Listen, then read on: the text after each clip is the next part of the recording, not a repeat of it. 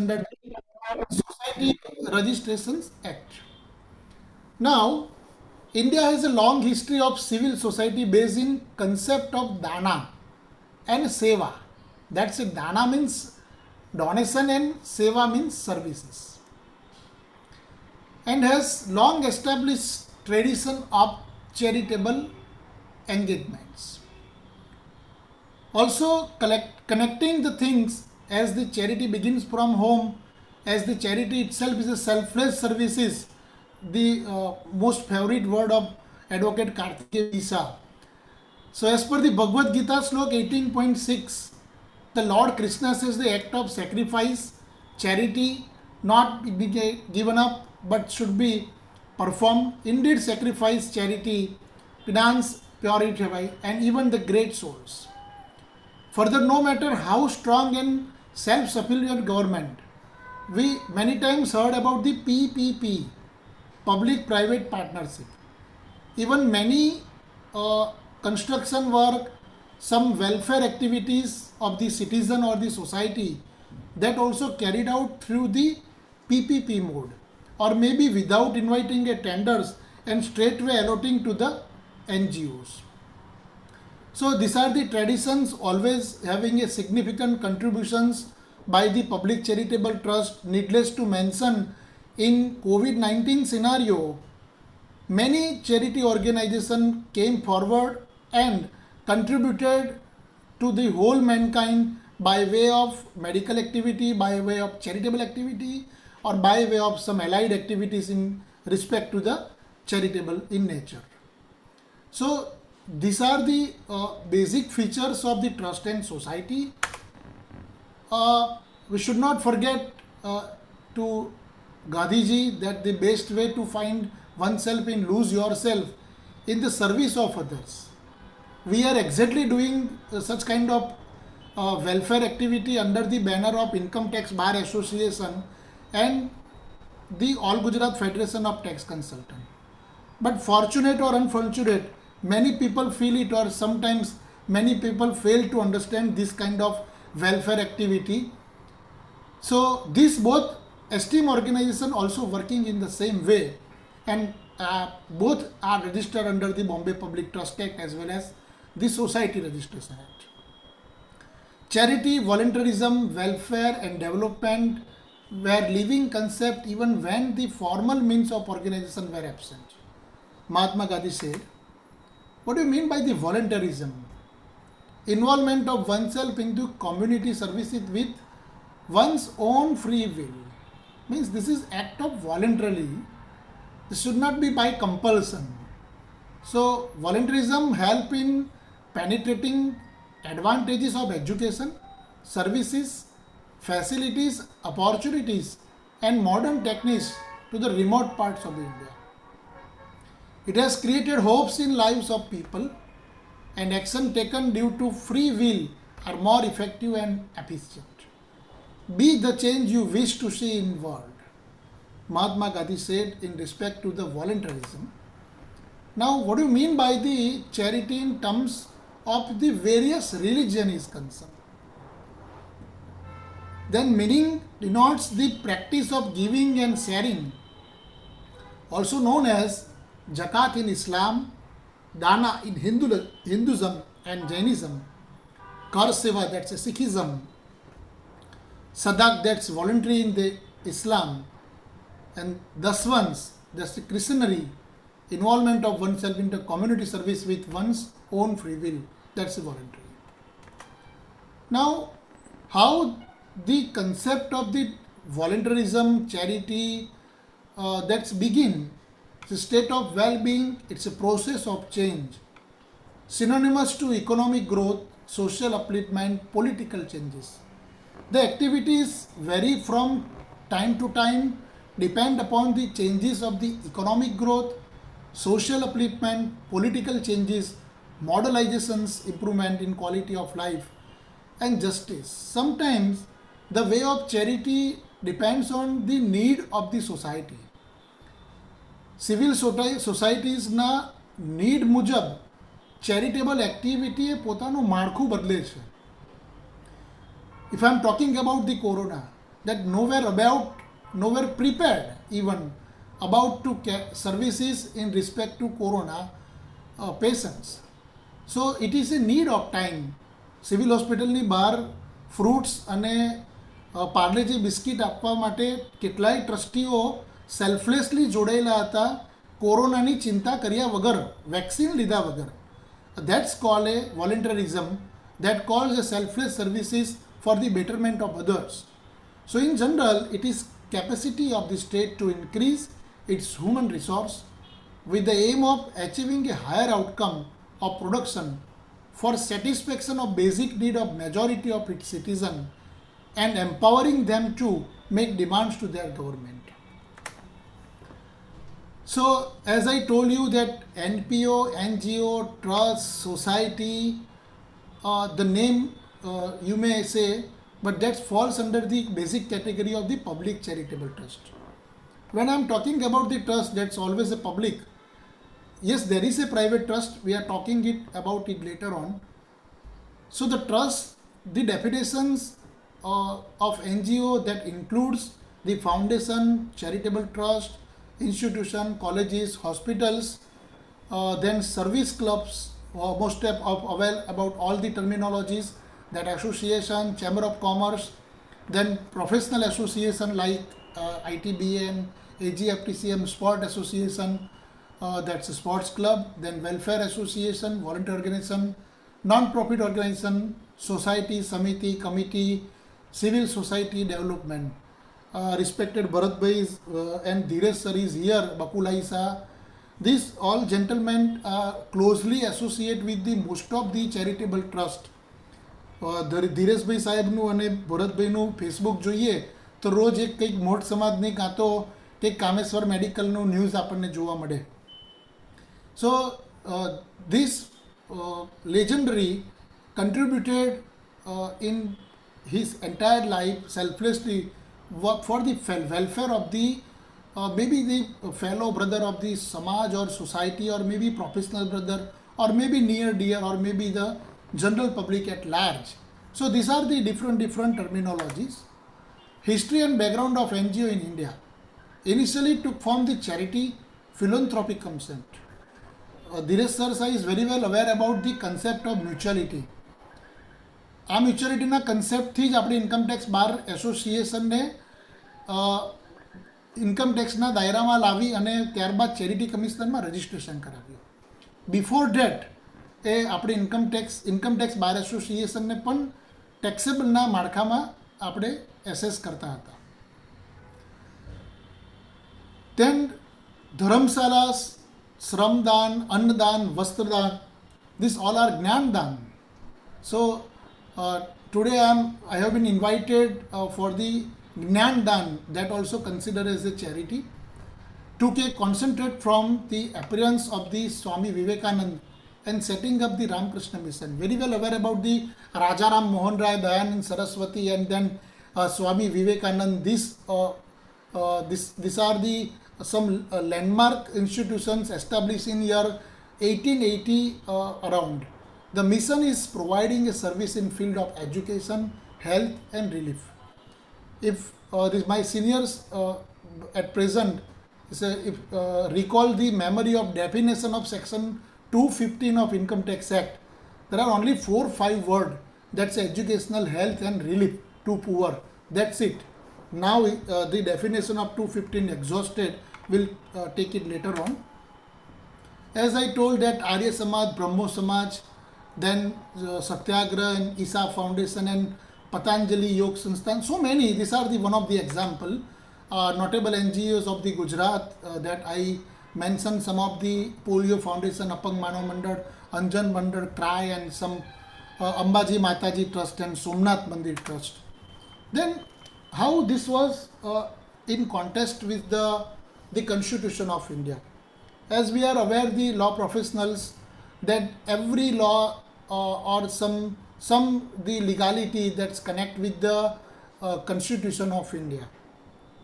So here the charity is also connecting with some of the phrase that covered by the article 19(1)(c) and the state entry number 10, where the trust and trustees and charities and charitable institutions mentioned in entry number 28.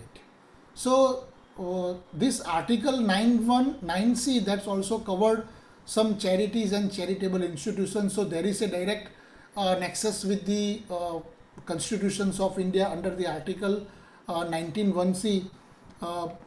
Many of that came across when we are traveling for the litigations before the Honorable Gujarat High Court.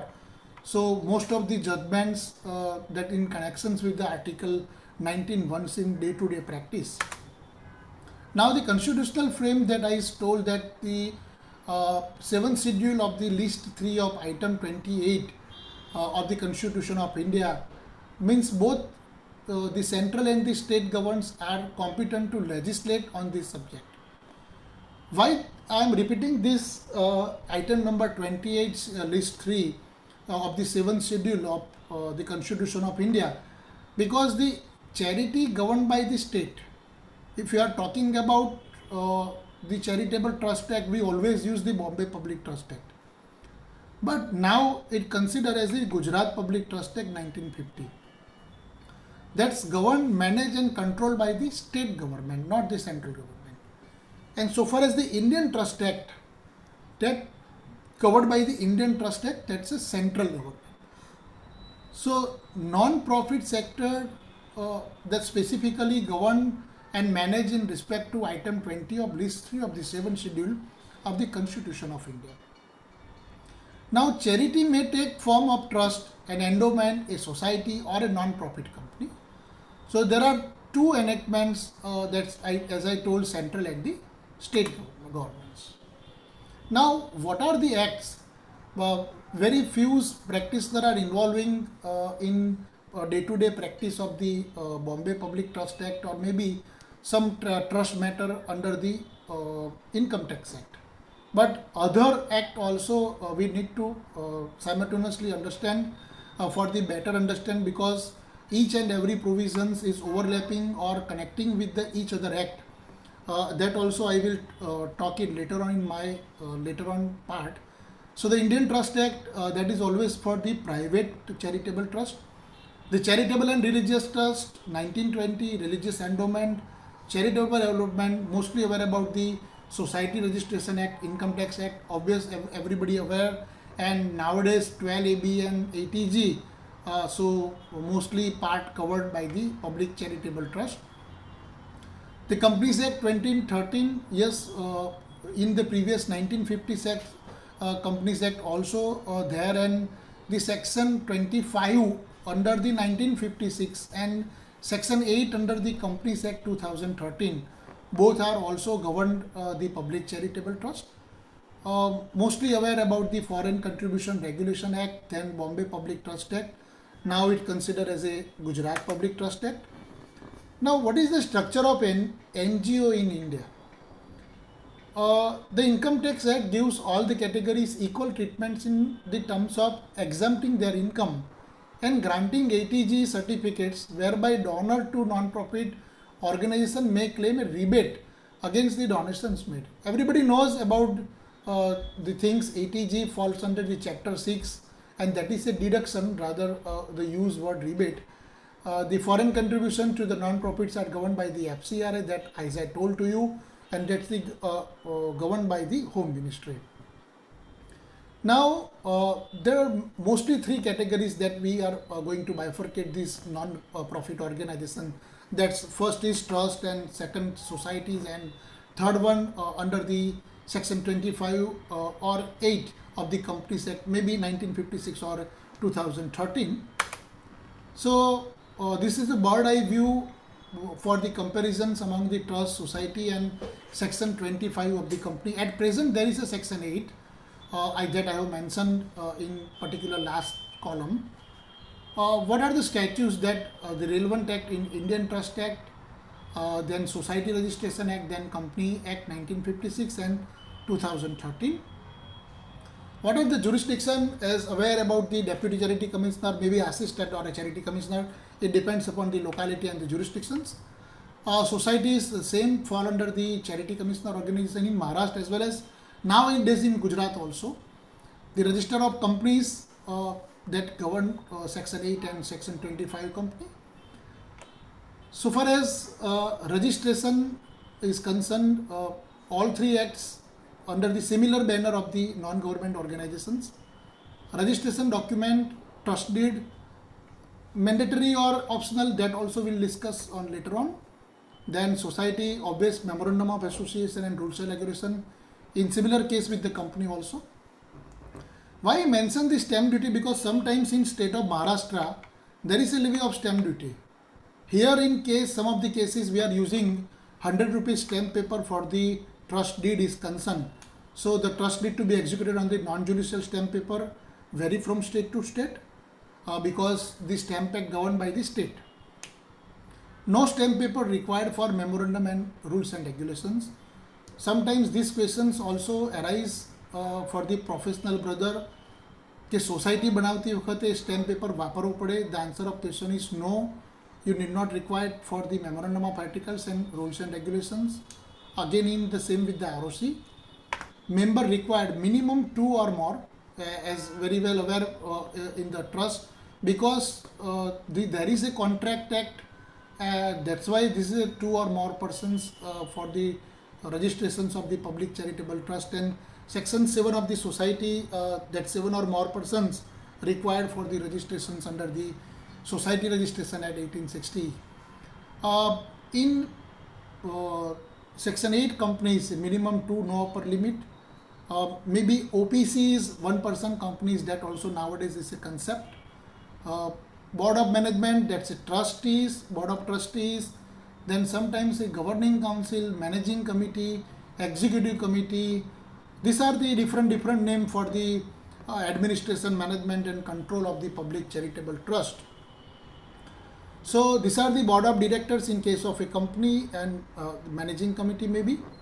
The mode of succession on the board of management, the appointment of the election, as you are aware about in trust, there is a fixed term mentioned in the trust deed. So appointment in case also in the society, and election by members of the general body in case of a company. Now what do you meaning by the trust? Trust in relation to which a person or entity holds legal title to certain property. See, the law says of the public charitable trust, there must be a vesting of the property. Vesting means what? ઘણાને એવું ખ્યાલ હશે કે સેટલર આપણે ઉમેરતા આવીએ છીએ. સેટલરે 100 રૂપિયા આપ્યા ને 101,000 રૂપિયા આપ્યા ને એવી રીતે આપણે એક ટ્રસ્ટ ક્રિએટ કરતા આવીએ છીએ. This 100 rupees considered as a trust property, and there is a vesting of the property in the prospective trustees under the banner of the public charitable trust. So without vesting of the property, there cannot be legal validity of the constitutions of the trust. So keep in mind one thing, whenever there is a formation of the public charitable trust, there must be a vesting of the property. Now for the benefit of the one or more individuals or the organizations, I am developing this point later on, but just pointing out here, it should be for the general class of people. Sometimes this may so happen that some of the beneficial activity for the some of the caste, creed, or some of the people, like Rana Samaj, Soni Samaj. So these are the particular for the welfare of the casteism. But later on the concept of general public utility developed in case of a Rana Samaj before the Honorable Supreme Court. So these are the landmark judgment for the concept of the general public utility. So in some of the circumstances or cases, 80G registrations denial on ground of just because of your activities in connecting with the some of the caste or creed, or maybe some of the cluster of the people. It should not be for the whole mankind. It should not be for the general public utility. That's why they are denying the registration under section 80G. So whenever you are framing the public charitable trust deed, please ensure that the word should be used that it is without for the no limit or the open for the general public or for the whole mankind or for the betterment of the citizens of India or maybe Gujarat. This terminology need to mention while framing the trust deed. Trust is governed by the terms of the usually written trust agreement. But I'm not exactly in opinion of the written trust agreement. Yes, it is advisable, but in prior to Dhiresh Bhai and my seniors very well aware about, okay, before prior to 1980 or in 70 or 60, there were oral trust deed, and only one page terms condition, or maybe a 3 line contains the trust deed, and which may not registered, which was not registered with the competent authority. And just this has, like many queries came across during the filing of ATG and 12AB કે અમારી પાસે trust did જ નથી તો આપણે upload શું કરવાનું. સો in that case I suggest two upload the PTR to be obtained from the Charity Commissioner Office. That's a public trust register. So you may submit the same in lieu of the trust deed. Alternate, there is a way that you may also apply for the scheme application under section 50A of the Bombay Public Trust Act, and you create a deed at present looking to the present scenario and the present circumstances. The Charity Commissioner may approve your scheme applications, and by the way, you also obtained a written trust deed at present. So these are the talk. What are the types of the trust? These are different type of trust: bare trust, constructive trust, resulting trust. I am not involving in some details because I need to also cover some important points later on. Discretionary trust, that we are very much aware or familiar about this discretionary trust. So this is arrangement where the trustee may choose from time to time amongst the beneficiaries is to benefit from the trust. So this is the discretionary trust. And fixed trust, this is by way of mostly in case of a will this has happened. Hybrid trust, that's a fixed and discretionary both. Express trust, implied trust. Many of us that hearing this new terminology of the different type of trust, but yes, exactly this has happened with many states. Then testamentary trust, irrevocable trust. This is very terminology in day-to-day practice. Irrevocable trust. Many professionals aware about at the time of filing of 12AB and ATG, there is one of the column whether the trust is irrevocable or not. You have to mention yes or no. So please ensure while framing the trust deed, new trust deed, please mention this is an irrevocable trust. Otherwise, you may face problem while registering 12AB, ATG and 2023. Now, revocable trust, this kind of trust cancelled by settler itself, but very rare that we are having come across this kind of trust. Now, this is talking about the public charitable trust. Private trust, public trust may create interviews or by will. Public trust are however governed by the general law. As I told that the state is taking care of the entire management control of the public charitable trust, as I told to you. So this can be applied in the case it was held in state of UP, and it is true that the Indian Trust Act relates only to the private trust. Public charitable have been expressly excluded from its ambit. Please note that the Indian Trust Act is not applicable at all. That has been laid down by the Honorable Supreme Court in such a case. That's why the state legislature have enacted their own state act of Gujarat Public Trust Act, Maharashtra Public, Bihar and other. So all the public charitable trust governed by the state enactment, State Public Charitable Trust Act. So these are the formal deed is not necessary, as I told to you, but yes, it is advisable. A charitable trust is synonymous with the public trust. There is nothing called as a private charitable trust when we are talking about the public charitable trust. Charitable trust comes under the doctrine of the Cyprus. under which if the charitable purpose of the trust cannot be fulfilled, then they can be replaced by new and more appropriate charitable purpose. I would also like to specifically attention in respect to the changing of purpose. Changing of purpose, Bombay Public Trust Act માં ની provision નથી.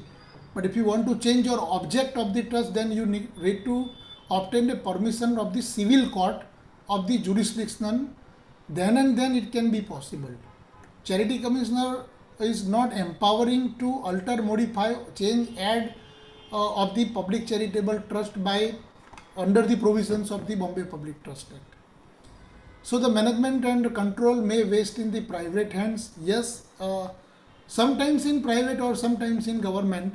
Ambaji Mataji nu trust, as we are aware that the entire management control lies with the collector of the district of the welfare of the Ambaji Mataji trust. I am not going for the private trust. What do you mean by that?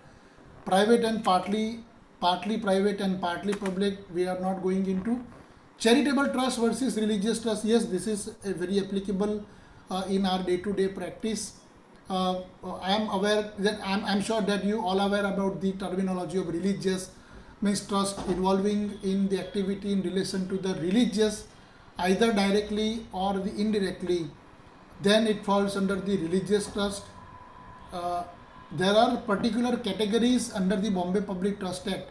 If there is a registration of religious trust, then entire categories fall under the category of A. Most professional brothers are not knowing this fact, but A category is fall for the purpose of the religious. તમે registration જોઈ લો છો તો એમને ખબર પડી જાય કે આ રિલિજિયસ ટ્રસ્ટ છે. તમે કોઈ મંદિરનું ટ્રસ્ટ જો તો એની શરૂઆત A oblique so and so oblique Ahmedabad થતું હશે. અને similarly F, D, E, F, E for education, F for the general purpose and charitable. These are the category under the Bombay Public Trust Act determined. So we can easily justify or identify the trust કે religious છે કે charitable છે. Then legislation in India governing the trust, as I told to you, Indian Trust Act, then Charity and Religious Trust Act, Religious Endowment Act, Charitable Endowment Act. Legislation in India as a Society Registration Act 1860. Legislation in India governing a trust, then as I told to you, this jurisdiction lies with the state legislator. So there are separate act based on the different states, Orissa, Bihar, Mumbai, then Gujarat. So these all are governed by the state enactment. How to form a trust, law and procedure. Essentials of the trust, who can form a trust, capacity to create a trust, who can be a trustee, who can be a beneficiaries, subject matter of trust and instrument of trust.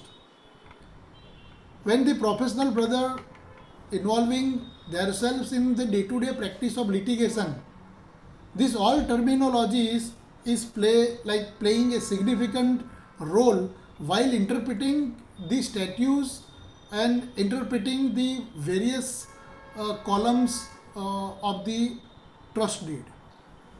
So let's go by one.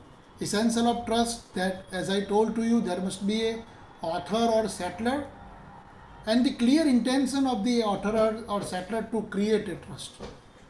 When we are framing the trust deed, we are always putting a first party is a settler of the trust. Settler may be a trustee and may not be a trustee. It depends.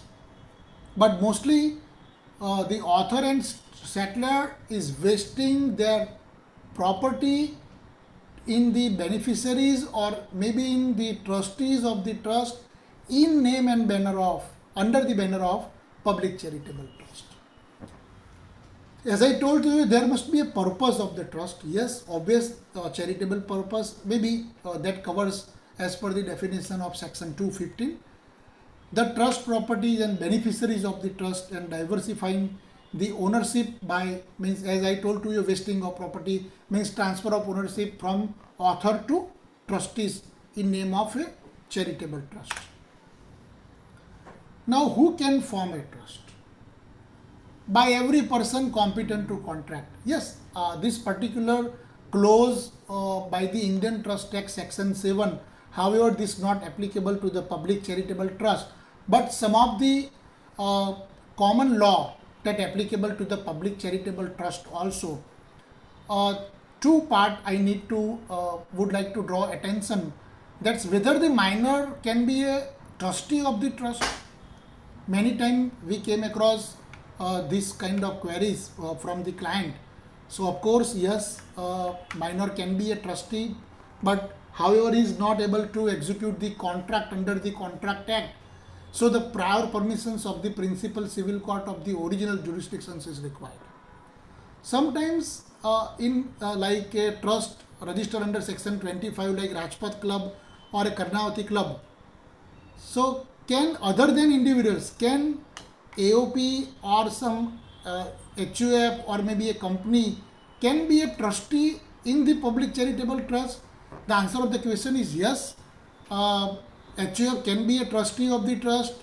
A company can be a trust, can be a trustee of the trust. AOP firm, that all other than individuals also be on the part of the trustees of the trust. Indian Trust Act does not apply in the public trust, as I told you, but the general law is applicable while registering the public charitable trust. Capacity to create a trust, power of depositions over the property, and competence to a contract.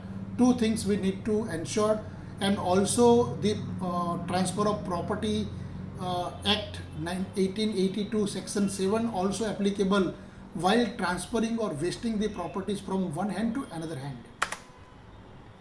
Now, who can be a trustee? Sometimes these questions also arising many times. Okay, who can be a trustee? As I told to you that other than individuals also be a trustee. So every person capable of holding the property. So there must be a property and the person should be capable to holding a property. Maybe who can be a trustee? Then every person, but the subject to capable of holding the property. No one is bound to accept the trusteeship. Any number of person may be appointed as trustee. This may be correct or this may not be, because there is some capping in trust deed sometimes to enhancement of minimum and or the maximum number of the trustees. Sometimes specification of trustees, like ગાદીપતિ કોઈ હોય મંદિરના, તો મારા પછી મારા ગાદીપતિ મારા શિષ્ય જ આવે, તો એવા સંજોગોમાં ટ્રસ્ટીશીપ આપણે ક્લેમ ન કરી શકીએ. ઘણા મઠ મંદિરો મહંત એવા છે કે જેને ઇવન પતંજલિ યોગપીઠ, તો એમાં general class of people cannot be a trustee, અને by virtue of a charity commissioner કોઈ વ્યક્તિને ત્યાં પતંજલિ યોગપીઠમાં ટ્રસ્ટી ન બનાવી શકે. અધરવાઇઝ ચેરિટી કમિશનર તો કોઈ પણ વ્યક્તિને 17,000 કરોડના ટર્નઓવરવાળા પતંજલિ યોગપીઠમાં બનાવી દે એમના 4 ટ્રસ્ટીઓને, તો એનું કંટ્રોલ મેનેજમેન્ટ બધું જતું રહે. સો ઇન ધેટ સર્કમસ્ટન્સીસ ટ્રસ્ટીશીપ્સના પર્ટિક્યુલર ક્લોઝને આપણે ફોલો કરવાના હોય છે. This is an art while framing a trust deed of the new public charitable trust. Who can be a beneficiaries? In a private trust, beneficiaries are one or more assertable individuals.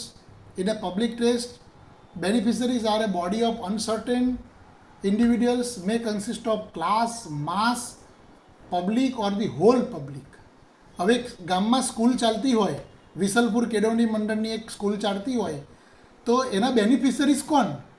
તો જે વિદ્યાર્થી ભણે એ beneficiaries નહીં, પણ એ વિસલપુર ગામમાં રહેતી કોઈ પણ વ્યક્તિ એ એનો બેનિફિશરીઝ ગણાય. એટલે વહીવટ સંચાલનમાં કે દાતામાં કે કોઈ વિદ્યાર્થીમાં કે કોઈ પણ પ્રસંગે પ્રત્યક્ષ કે પરોક્ષ રીતે જો એના ભાગ બનવાનું થયું હોય કે ગામના લોકફાળો થકી એ વિસલપુર કેળવણી મંડળ બન્યું હોય, તો એના બેનિફિશરીઝ કોણ? તો એના beneficiary each and every citizen of the વિસલપુર.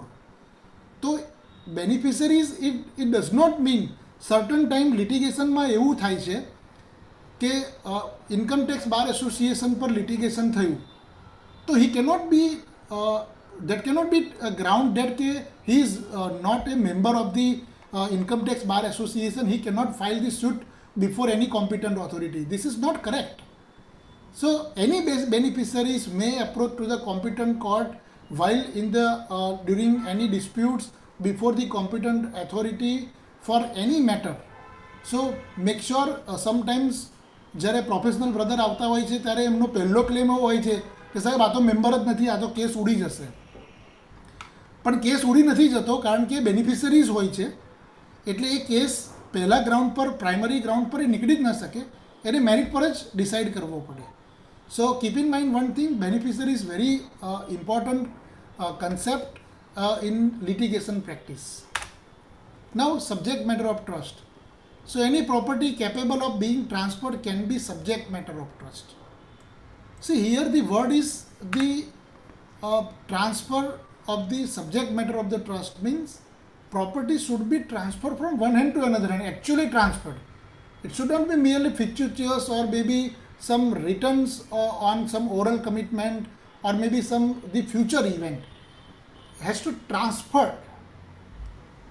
So in JK Trust versus CIT in 1975, the Honorable Supreme Court held that the word property under the Trust Act is of the widest import and business undertaking will undoubtedly be property, so that running business can be made subject matter of the trust. We'll take it later on, the business under the Public Trust Act. What are the instruments? As I told that instrument registrations or written instrument is advisable. In previous, there are certain events that there were oral trust, there were non-written trust, there were one single line trust without executing on the stamp paper or before the notary. So the instrument by which the trust is declared is called instrument of trust and generally known as trust deed. So in Supreme Court of Radha Swami Satsang, these are the landmark judgment, 10-15 landmark judgment under the Bombay Public Trust Act as well as the Income Tax Act, where the entire law drastically changed by the interventions of the Honorable Supreme Court, Rana Samaj, Radha Swami Satsang Mandal, Lok Shikshana Trust. There are so many landmark judgment in respect to the very direct changes in the law. But for many practical purpose, written instrument becomes necessary. As I told to you that registration of 12AB and then 1023C and then FCRA, then instrument should be written and it should be registered before the competent authority. Now, written trust deed is always desirable even if it is not required statutory. In some of the state, I also came across recently one instance, એક ક્લાયન્ટની requirement હતી કે અમારે trust did સબ રજિસ્ટરની કચેરીમાં નોંધાવવું છે. તો અમારે Bombay public trust એક્ટમાં નથી નોંધાવવું, પણ આ ડીડ અમારે સબ રજિસ્ટરની કચેરીમાં નોંધાવવું છે, તો નોંધાય કે કેમ? સો this was opportunity for me to digging out these burning questions. Yes, of course, it can be registered under the Registration Act 1908 before the sub-register office. એટલે કોઈ પણ જેમ આપણે વીલ કરીએ છીએ એમ રજિસ્ટર થાય છે એવી રીતે આ ડોક્યુમેન્ટ પણ રજિસ્ટર્ડ થાય, પણ એનું ટેગ લાઇન રહેશે family trust. this cannot be considered as a public charitable trust. ઘણા લોકોને એવો સવાલ હોય છે કે ફેમિલી ટ્રસ્ટ કઈ રીતે બનાવવું, તો ફેમિલી ટ્રસ્ટનું રજિસ્ટ્રેશન એક્ટમાં જોગવાઈ છે, એ આપણે સબ રજિસ્ટ્રારની કચેરીમાં કરી શકીએ છીએ. A written trust deed is a prima facie evidence of existence of trust. This is not correct exactly. The existence of the trust only by issuing a certificate by the competent authority. So it clearly specifies that the trust objective which enable one to ascertain whether the trust is charitable or otherwise. It is essential for registration of conveyance of immovable property in name of trust. હવે તમે ઘણા trust જોયા હશે કે જેની મિલકતમાં I think so કંઈક disturbance આવી રહ્યું છે શિવમભાઈ. शिवम शिवम बता रहे म्यूट कर दो ना.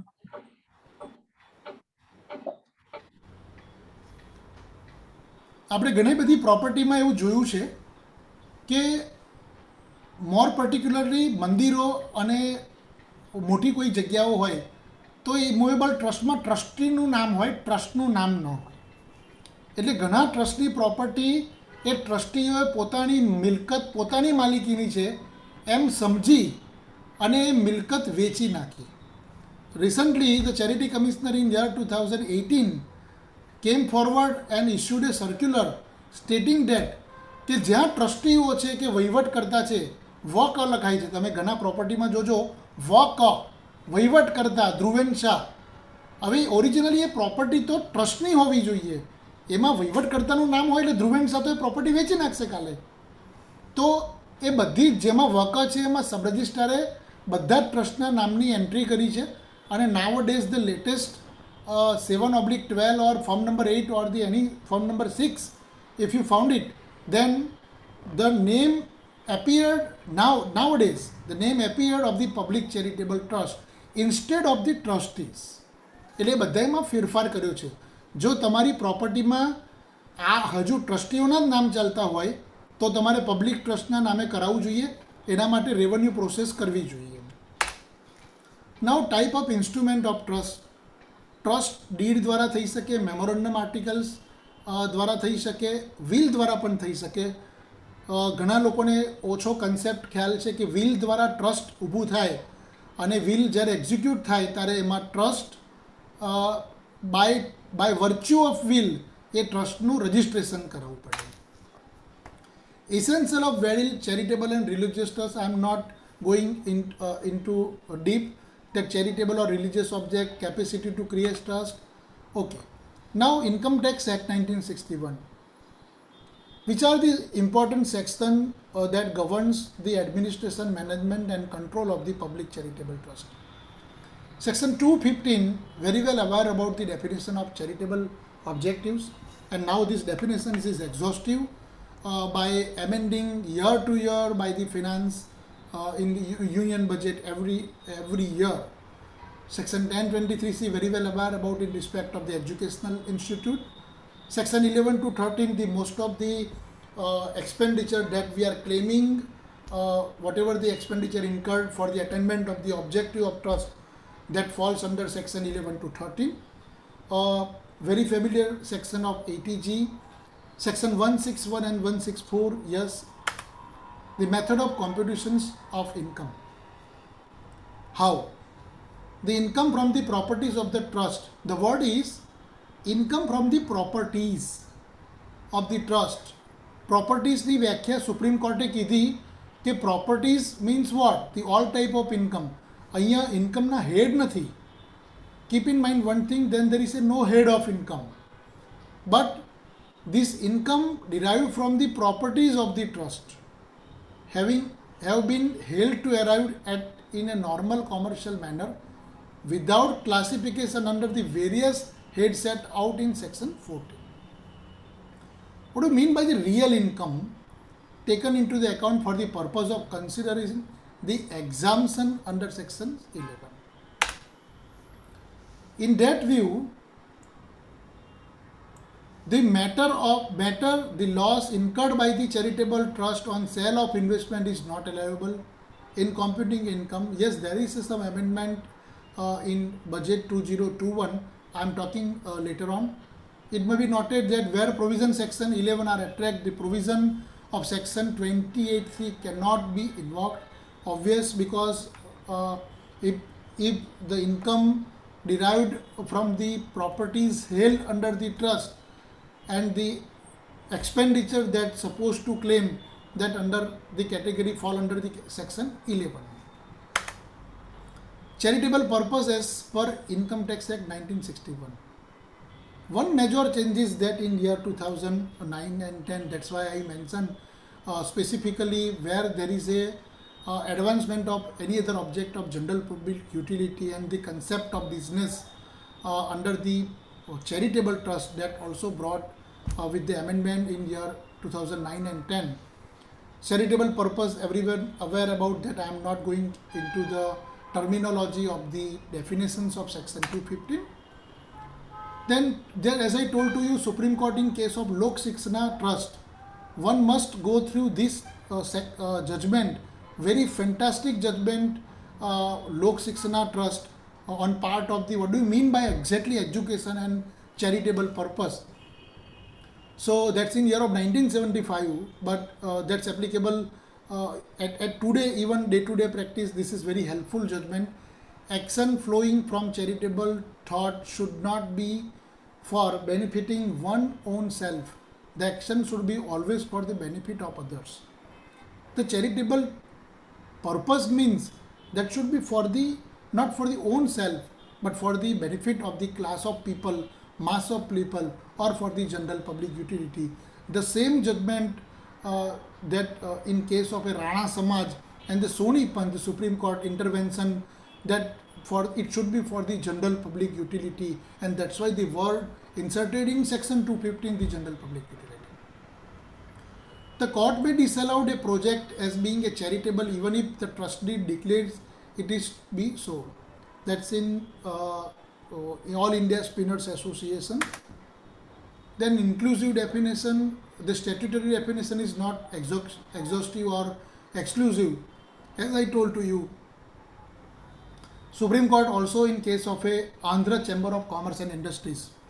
I talked 12 judgment of Supreme Court in my presentations, which is very important. So this judgment is also very helpful in day-to-day practice. The concept of charity, as I told to you, that the word of education and the word of charity is well defined in the judgment of the finest judgment of the Lok Shiksha Trust. Relief to poor, that Andhra Chamber of Commerce in Supreme Court 1965. This was in 1965 and 1975 and 19 in Rana Caste. This all judgment well elaborate the words and the definitions of the charitable purpose.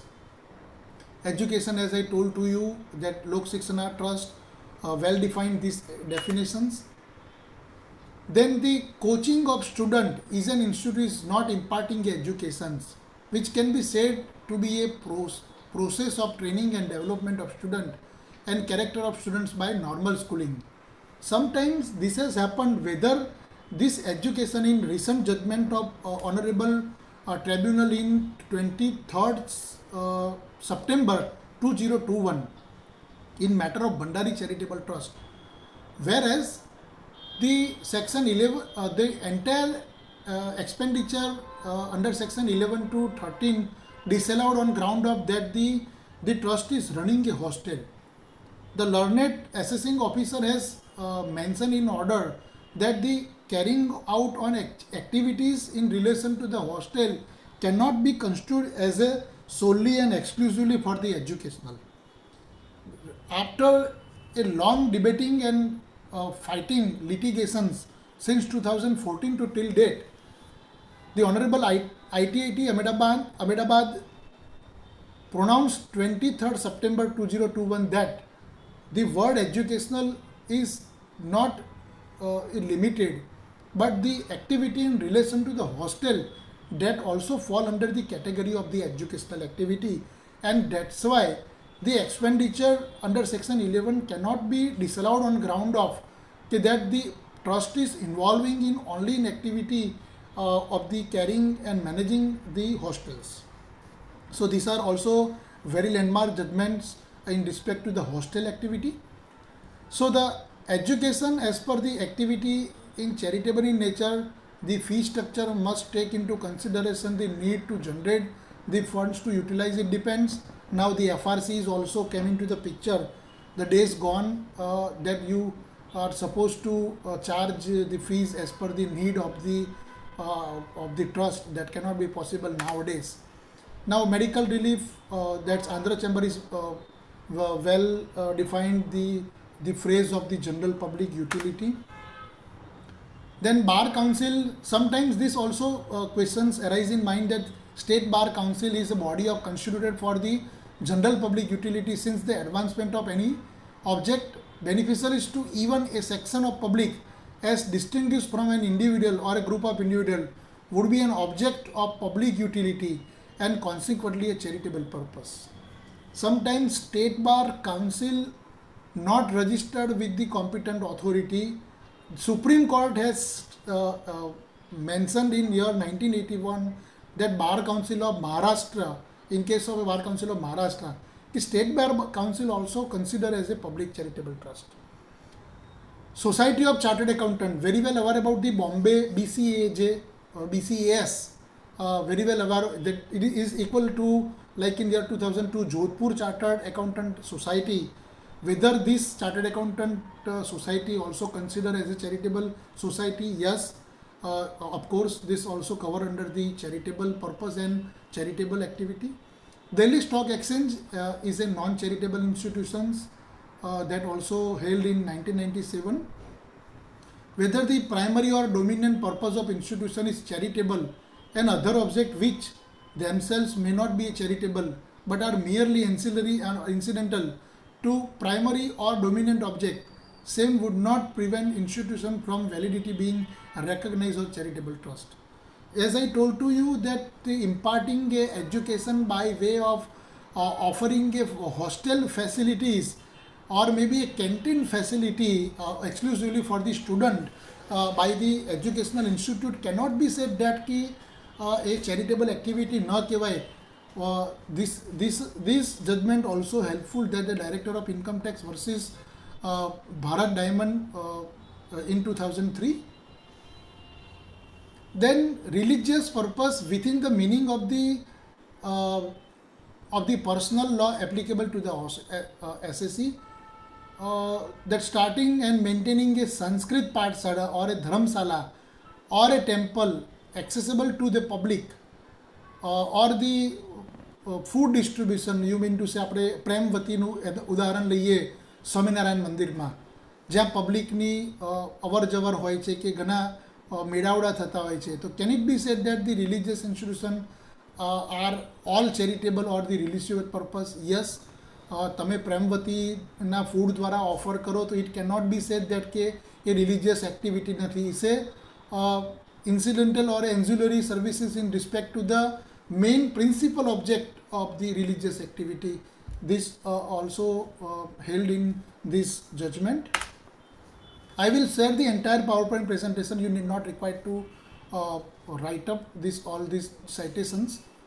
Religious purpose, I am not going into the deep, but provision of dinner to Brahmins on specified occasion is a religious purpose. See, religious does not mean every time કે તમે મંદિરમાં પૂજા કરો અને કોઈ ધાર્મિક પ્રવૃત્તિના મેળાવડા કરો કે ધાર્મિક પ્રવૃત્તિ ચલાવો. That is not like that. Even the dinner to Brahmins on this specified occasion, that also considered as a religious purpose. Please ensure that charitable activity હોય ને ATG હોય તો એક ડિસ્ટન્સ મેન્ટેન કરવાનું છે કે રિલિજિયસ પર્પસને ટ્રીટ ન થાય. એટલે જો રિલિજિયસ પર્પસ ટ્રીટ થશે તો ATG તમારું સબસિક્વન્ટલી કેન્સલ થઈ શકે અને બધી જ ઇન્કમ એ ટેક્સેબલ થઈ શકે. સો મેક શ્યોર અહમદાબાદ રાણાકાસ that I have mentioned, that's in 1973, and this was traveled to Honorable Supreme Court in year 1983 it was held. So the public worship by itself will, why I am pointing out these are the important synopsis of the judgments, because this will helpful in determinations of the charitable object that helpful in 12AB and ATG and then 2023C and some other taxations liability. Then charities undertaken during the religious occasion like Ramzan do not become religious solely on this account. Ceremonies for repose of soul of founder and his wife along with other religious objects cannot be treated as a private, because such ceremonies like that's for the muktad are for the benefit of the mankind. Section 13(1)(b) applies only to charitable trust, not to religious trust. Please, I would like to draw attention. This is 13(1)(b) is not applicable to the religious trust. It is only for the charitable trust. the text of section will not be applicable to the religious trust who will thereafter be entitled to exemption under 11(1)(a). Now the word is profit motive. As I told to you that Justice Bhagwati in Lok Shiksha Trust in 1975, Honorable Supreme Court has interpreted in this section the profit motive. It's well elaborated the phrase of profit motive, where the predominant object of the activity is to carry out the charitable purpose and not to earn the profit. It would not lose its character of the charitable purpose merely because some profit arising from the activity. And I would like to quote one example here. આપણે charitable સંસ્થાની કેટલીક medical institute ચાલે છે, polio foundation, health care foundation, Kameshwar મહાદેવનું health care centre. હવે આ સેન્ટરની અંદર આપણે મેડિકલ સ્ટોર ઓપન કરીએ અને આ મેડિકલ સ્ટોર ઓપન કરીએ તો એમાંથી કંઈક નેગ્લિજિબલ પ્રોફિટ થાય છે. Can it be said that the entire activity in nature of a business activity and the exemption under section 11 to 13 is disallowed on ground of that the some mere profiting arising out of the activity carried out under the banner of this medical house or medical activity by distributing or offering or charging something, providing a medical facility, medicines or some surgical items. Can it be said the Honorable Supreme Court laid down a very fantastic guideline in Lok Shiksha Trust, where that just this element of the character in nature of a profit cannot be construed as a business activity, then there is no motive of the profit. Yes, whether it is actually arise or not, even in the Sarvodaya Charitable Trust in case of before the Honorable Gujarat High Court, that has very well come up with the clarification that the ઘણી વખત એવું થાય છે કે object trust ડીડમાં 50 પ્રકારના હોય કે મંદિર ચલાવવું, પણ એ મંદિર ચલાવવું એટલું લખ્યું છે એટલે 12ATG એમાં બાદ ATGનું રજિસ્ટ્રેશન કેન્સલ થઈ ગયું. The matter travelled to the Honorable Gujarat High Court. Gujarat High Court had interpreted that the merely mentions the object in the memorandum cannot be said the trust has actually carried out the activity. The word is actually carried out the activities. It is not that that's just merely mention the object of in religious nature in the memorandum of association cannot be construed that the trust is running a religious activity, hence the registration under section 80G cannot be denied. This similarly the same observation also observed at the time of levy of contributions. I would like to take 2 minutes on the part of the levy of contributions which governed under section 58 read with rule 32, whereas આપણે જે આવક થાય છે વાર્ષની charitable ટ્રસ્ટની એના 2% રકમ આપણે charity કમિશનરને ભરવાની હોય છે. આ 2% રકમ section 58 read with rule 32 sub rule 2 says date કે એજ્યુકેશનલ એક્ટિવિટી હોય તો is specifically exempted from the levy of the contribution under the provision of Bombay Public Trust Act.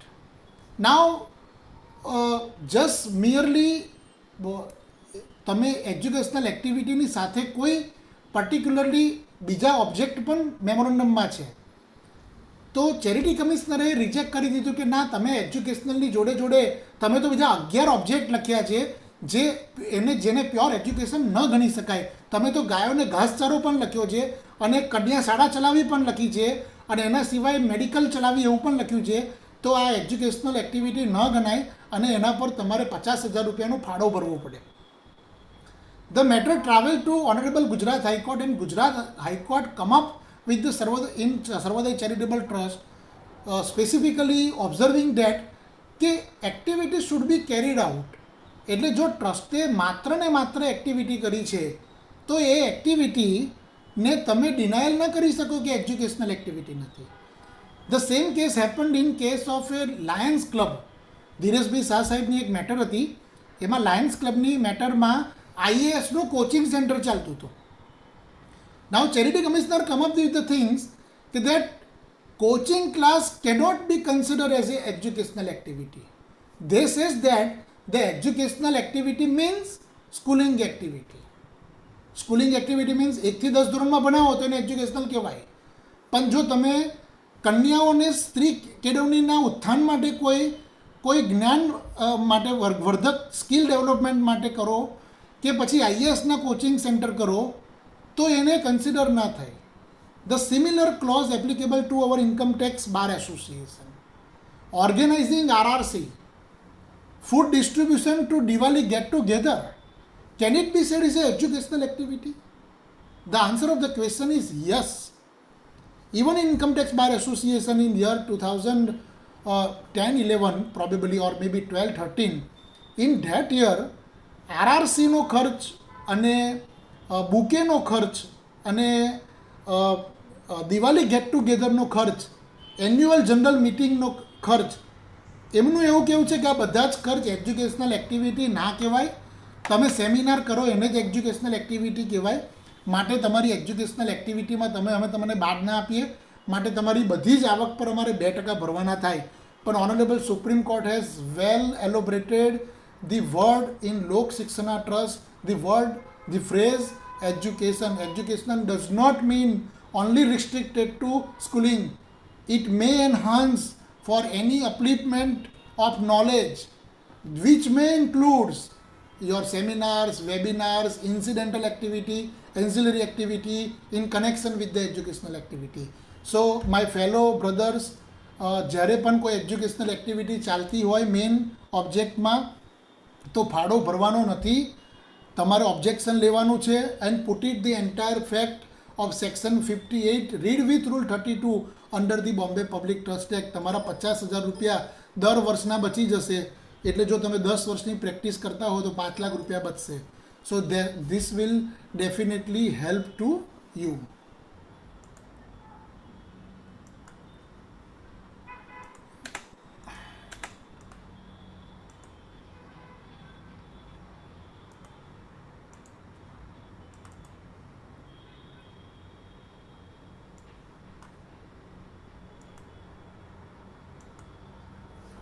Fine. Now the care should be drafting in the main object of trust. Your main object says many things. So while framing the trust deed, please ઘણાને main object ખબર જ નથી હોતી, એ general 78 ઓબ્જેક્ટો copy paste કરી કોકના નાખી દે છે. Actually you have to segregate the main object, subsidiary object, incidental object. You have to classify the same. પણ અહીંયા તો એવું છે કે કોઈ ટ્રસ્ટ પ્રોફેશનલ બ્રધરને જો ટ્રસ્ટ ડીડ આપણે બનાવવાનું આવે ને તો ક્યાંક આપણે સીધું કોઈક ટ્રસ્ટનું કોપી પેસ્ટ કાં તો ક્યાંક ડેવલપ કરીને બસ 78 મુદ્દા લખી દઈએ છીએ, પણ એમાં કયા મેઇન ઓબ્જેક્ટ એવું ચેરિટી કમિશનર પૂછે તો આપણને ખબર જ ના પડે કે આમાં મેઇન ઓબ્જેક્ટ કોને ગણવાનો. So please classify the main object and subsidiary object. It will help you in all registrations letter on. The object should be clearly defined. That also held in judgment of additional CIT versus Gangabai Charities in 1983, where the deed of creation of voluntary organization was not specific as regard to utilization of income. The organization was not entitled to claim any exemption under the provision of 11 of the Act. So you need to mention specifically of whether the object is main, what kind of the activities that the trust is going to carry out later on. So this we need to mention while framing the trust deed. The objective partly charitable. This may so happen that either charity, fully charitable or partial charitable. So the trust created for providing a benefit first for the relative and balance amount for charities, and after death of the relatives to the applied totally for charities was held not to have been formed for charitable purpose. જેમ મેં વાત કરી charitable પર્પઝની, it should not be for the own purpose. ઘણી વખત વિલમાં એવું લખેલું હોય છે કે મારા દીકરાને મારા મૃત્યુ પછી ટ્રસ્ટી બનાવો અને મારા દીકરાના મૃત્યુ પછી આ સંસ્થાના અન્ય પબ્લિક ટ્રસ્ટ તરીકે ઉપયોગ કરવો. તો ઘણી વખત ચેરિટી કમિશનર એ નોંધતા નથી, કારણ કે ટ્રસ્ટી તમે સ્પેસિફિક ના કરી શકો, તમે સેટલર સ્પેસિફિક કરી શકો, પણ trustee should be may be from the open ended, it should not be restricted or maybe it should not be restricted to the specified class of the people. તો એ પોતાના બેનિફિશરીઝ થયા. So this very important objective partly charitable care should be taken, while 13(1)(c) sub 2 also provides that any part of income or any part of the property of the trust or institution was during the previous year used or applied directly or indirectly for the benefit of the members or their relatives of any institution in which the members have substantial interest, then exemption shall not be available. Please mention, જ્યારે પણ religious ટ્રસ્ટનું કામગીરી કરતા હો ત્યારે આપણે આપણા ઘરના જ પૂજારી મૂકી દેતા હોઈએ છીએ અને પૂજારીનો પગાર 50,000, મારે ટ્રસ્ટનું નામ નથી દેવું, ટ્રસ્ટની ઇન્કમ 55,000 રૂપિયા મંથલી, 55,000 થી 60,000 રૂપિયા, અને પૂજારીનો પગાર 53,000 રૂપિયા. તો એ પૂજારી કોણ? તો કે કાકાનો દીકરો. તો the language of section 13(1)(c)(2) into the picture where there you having a substantial interest અને તમારા ફેમિલી મેમ્બર્સની પણ ડેફિનેશન આપી છે કે કોને રિલેટિવ્સ ગણવા અને મેમ્બર્સ ગણવા. તો જ્યારે પણ તમે ઘણા ટ્રસ્ટીઓ એવો સવાલ પૂછે છે અમને કે ટ્રસ્ટીઓ પગાર લઈ શકે ને સાહેબ, ટ્રસ્ટીમાં તો જોગવાઈ છે. તો then again 13(1)(c)(2) in picture, please be careful and be serious. Then the entire exemption likely to be applicable, that entire exemption is likely to be, the entire expenditure is likely to be disallowed under 13(1)(c)(2). So make sure when you being a auditor, please તમારે એ audit દરમિયાન પણ પૂછજો. ફક્ત પગારનું ચેકથી આપ્યા છે એવું એકલું ના જોશો, પણ રિલેટિવ્સને આપ્યા છે કેમ, કેવું ડિક્લેરેશન પણ આપણે મેનેજિંગ ટ્રસ્ટી પાસેથી ઓડિટરે લેવું જોઈએ, જેથી કરીને 13(1)(c)નું કોન્ટ્રાવેન્શન ના થાય. Care in drafting of main object of trust. As I told to you, beneficiaries should be properly defined. જેમ ટ્રસ્ટની પ્રોપર્ટી આઈડેન્ટિફાઈ કરીએ છીએ એમ આપણે બેનિફિશરીઝ પણ આપણે પ્રોપરલી ડિફાઇન કરવાના છે. ઘણી વખતે વિલમાં જે ટ્રસ્ટ બનાવવામાં આવે છે એમાં બેનિફિશરીઝ આઈડેન્ટિફાઈ નથી કરેલા હોતા.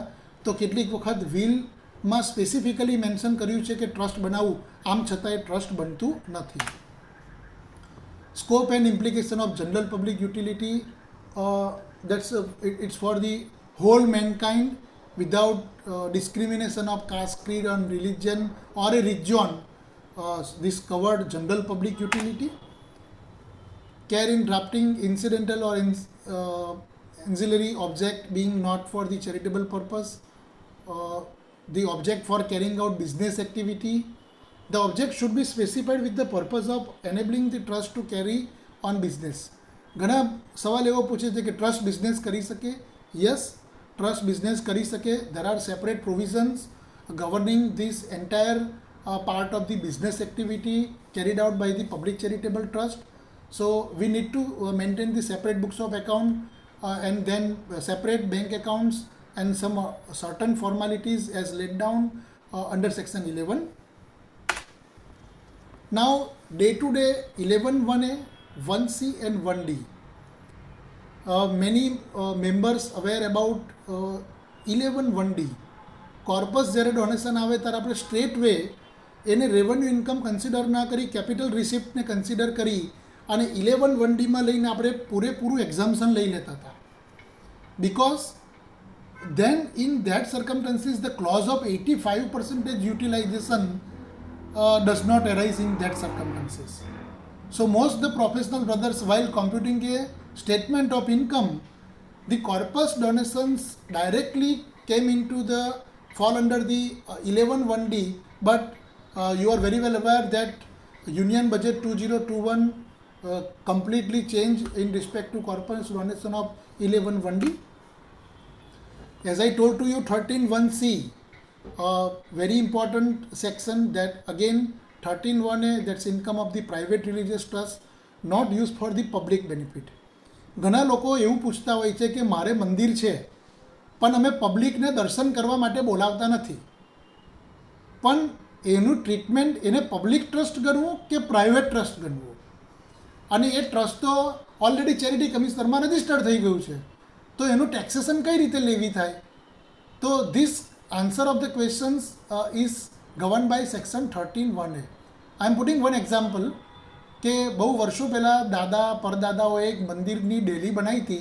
બહુ પહેલાં પબ્લિક આવતી હતી ને પછી 1940થી અમે જેની સેવા પૂજા કરીએ છીએ ને કોઈ મંદિરમાં આવતું નથી તો એને પબ્લિક ટ્રસ્ટ ન ગણાય તો એને પ્રાઇવેટ ગણાય તો ઇન્ડિયન ટ્રસ્ટ એક્ટ લાગુ પડે કે બોમ્બે પબ્લિક ટ્રસ્ટ એક્ટ લાગુ પડે અને ઇન્કમ ટેક્સનું શું થાય તો ઇન્કમ ટેક્સમાં 13(1)(a) લાગુ પડે.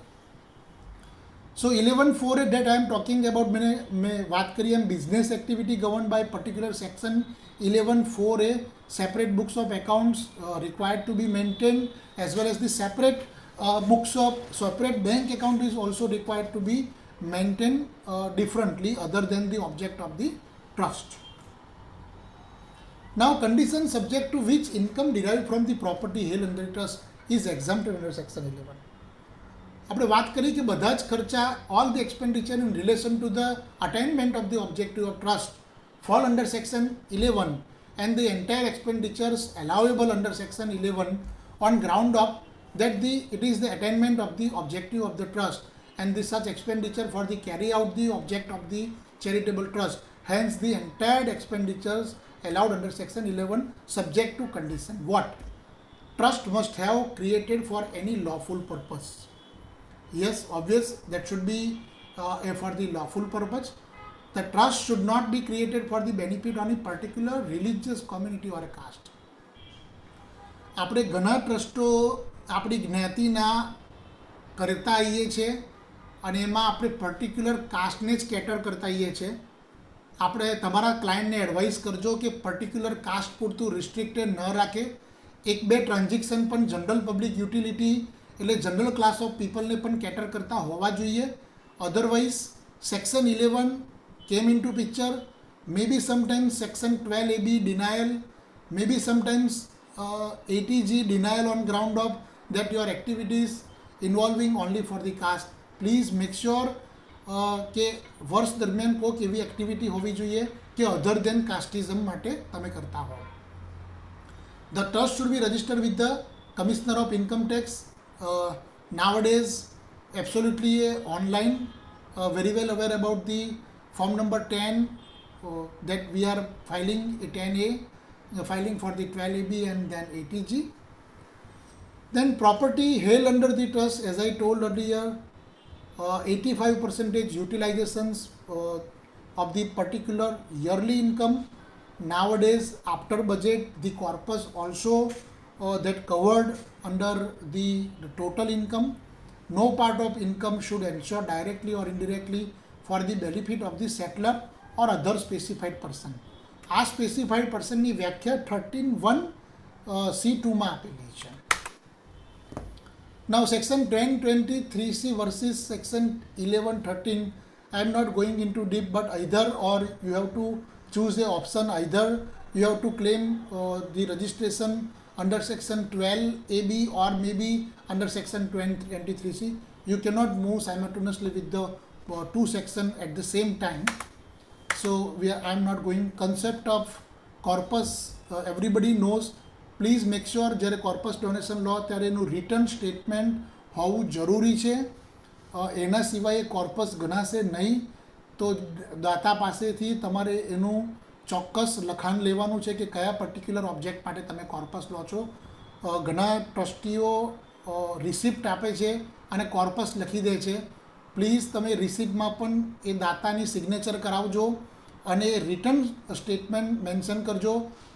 Sometimes in litigation before the CIT appeal and sometimes in tribunal, just merely because of non-confirmation from the donor, the entire corpus donation treated as a revenue income and the tax levy accordingly. Many instances came across since many years. એક દાતાને cross એઓ during the course of scrutiny confirmation મોકલે અને દાતા જો એ લખીને નહીં આપે તો that considered as a revenue income and that fall under the revenue income and credited in the profit, then income and expenditure and the levy of tax accordingly. અને obvious તમે 85% વાપર્યા જ ન હોય કારણ કે તમે કોર્પસમાં લીધા હશો. એટલે પ્લીઝ એ પણ ધ્યાન રાખજો. કોર્પસમાં voluntary contribution received by a trust, we are aware about the contributions other than the corpus donation. જે નોર્મલ ડોનેશન્સ આપણું આવતું હોય છે એને આપણે રેગ્યુલર ઇન્કમ વોલન્ટરી કન્ટ્રીબ્યુશનમાં ઇન્કમમાં રેવન્યુ ઇન્કમ કન્સિડર કરી અને ઇન્કમ અને એક્સપેન્ડિચરમાં આપણે બુક કરવાનું છે. Voluntary contribution received by the trust, membership fees જેમ કે ઇન્કમ ટેક્સ બાર એસોસિએશન છે કે ઓલ ગુજરાત ફેડરેશન છે, એમની મેમ્બરશિપ ફી એને કન્સિડર કરવી વોલન્ટરી કન્ટ્રીબ્યુશન તરીકે કે કેમ?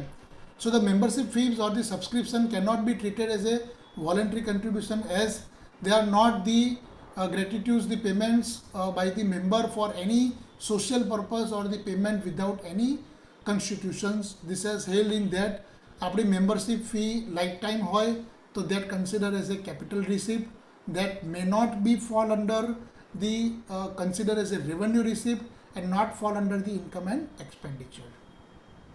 So whether a trust received voluntary contribution with the specific direction that it should be form part of the trust corpus, the trust will not lose exemption if the contribution is applied for meeting running expenditure. This has also held in 1985, where the charitable trust received donation from different donors who had specifically directed. હવે આ ડોનેશનની વિગતો પણ આપણે upload કરવાની છે નવા rule પ્રમાણે. મેં મારા અર્લિયર લેક્ચરમાં આ જ ફોરમમાં એનું પ્રેઝન્ટેશન આપ્યું હતું, એટલે હું એની ટેકનિકાલિટીમાં નહીં જાઉં, પણ ડોનેશનના ડોનરની કમ્પ્લીટ ડિટેલ, નેમ, એડ્રેસ, પાન અને ડિટેલ્સ ઓફ ડોનેશનને રિસીપ્ટ નંબર સાથે આપણે અપલોડ કરવાનું છે. મેક શ્યોર કરજો કે એ જો નહીં હોય તો દાતાશ્રીને ATG5નું એક્ઝામ્શન એ પોપ્યુલેટ 26 ASમાં થશે જ નહીં અને તમે ક્લેમ જ નહીં કરી શકો. સો ચેરિટેબલ ટ્રસ્ટને ગાઈડ કરજો કે એમનું રેગ્યુલર તેઓ એ ડોનેશનનું સ્ટેટમેન્ટ ફર્નિશ કરે in the prescribe manner and the prescribe guideline as mention in the income tax act. Then application of income. The exemption under section 11 is available only if the income derived from property held under the trust is applied to the charitable organization. The word is applied. As I told to you that actually activity should be carried out. Just merely the object mentioned in trust deed, that's not suffix. The activity should be carried out and the word is applied. It should be actually applied. The income must be available for the application. TDS cannot be considered as a income. The application of income need not necessarily result in expenditure. Therefore, the amount admarked or the allocated for purpose of trust or institution is also treated as applied even though it has not been actually spent. આપણે 11.5નું ભંડોળ 11.2નું ભંડોળ ઊભું કરતા હોઈએ છીએ અને ત્યાર પછી 11.5નું આપણે ઇન્વેસ્ટમેન્ટ કરતા હોઈએ છીએ. એ પાર્ટ આપણે લેટર ઓન લઈએ છીએ. Instance of application of income. Administrative expenditure incurred for purpose of carrying out object or purpose of the trust. Can it be said is a application of income? Say for example કે income tax બાર એસોસિએશનની activity ચલાવવા માટે managing કમિટીની meeting મળે છે અને એ managing કમિટીની મિટિંગમાં કોઈ વહીવટી ખર્ચ થાય છે, તો can it be said that is A application of income? The answer of the questions is yes, that can be considered as a application of income. Capital expenditure on purchase of building to be utilized as a hospital for promotion of charitable purpose. હવે કોઈ object માટે education institute બનાવી હોય તો obvious એમાં આપણે capital infrastructure develop કરવું પડે. તો કેન ઇટ બી સેડ કે the capital expenditure consider as a application of income under section 11? Yes. The answer of the question is capital expenditure is also fall under section 11 as application of income. Deficit of excess of expenditure over income. This question burning since many years. Me, Bakulbhai Aisa, Dhireshbhai, Ajit Singh Sa, many times we represented this said issue before the competent authority of exemption.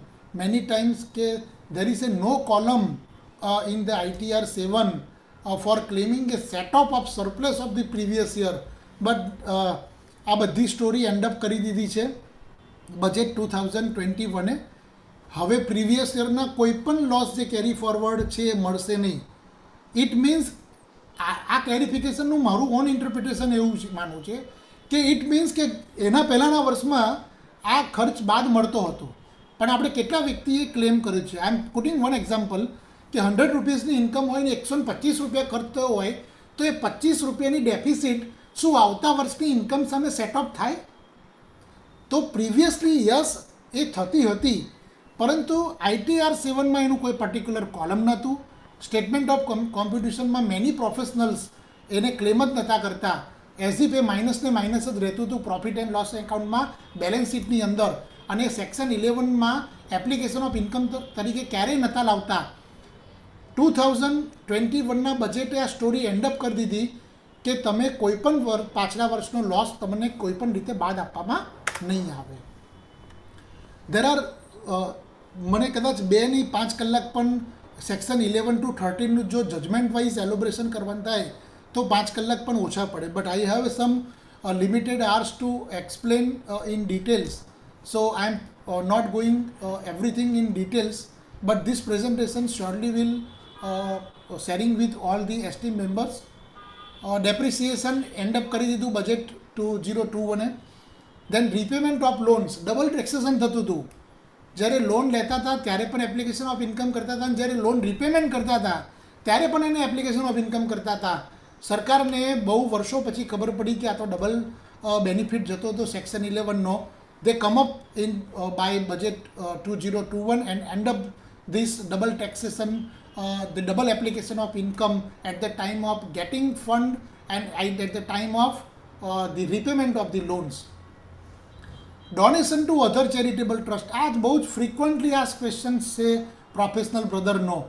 Can it be said that the donation of the charitable trust to other charitable trust, maybe with the similar object or maybe we may not be the similar object, can it be considered as a application of income?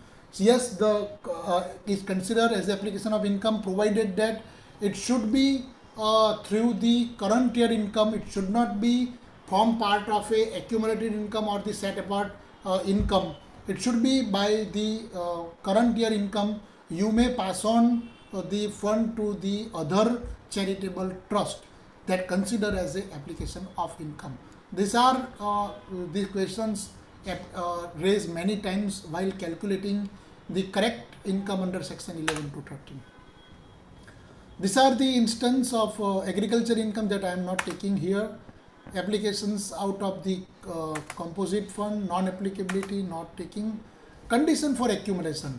Everyone is aware about the 11.2માં આપણે ભંડોળ ઊભું કરીએ છીએ અને પછી form number 10 આપણે upload કરવાનું હોય છે, and that is for the purpose of 5 year, and you need to create some fund, reserve fund, and you need to utilize said fund within the span of a 5 year, failing which the entire claim કર્યું છે 11.2નું એ added back થશે અને the tax levy accordingly.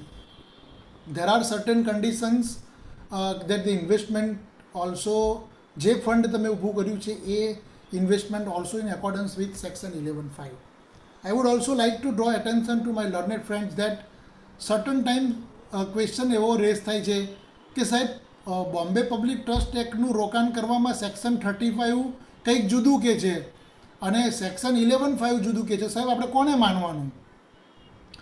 So far as section 11.2 is concerned, you need to follow 11.5, and so far as the Bombay Public Trust Act is concerned, you need to follow more particularly section 35 of that.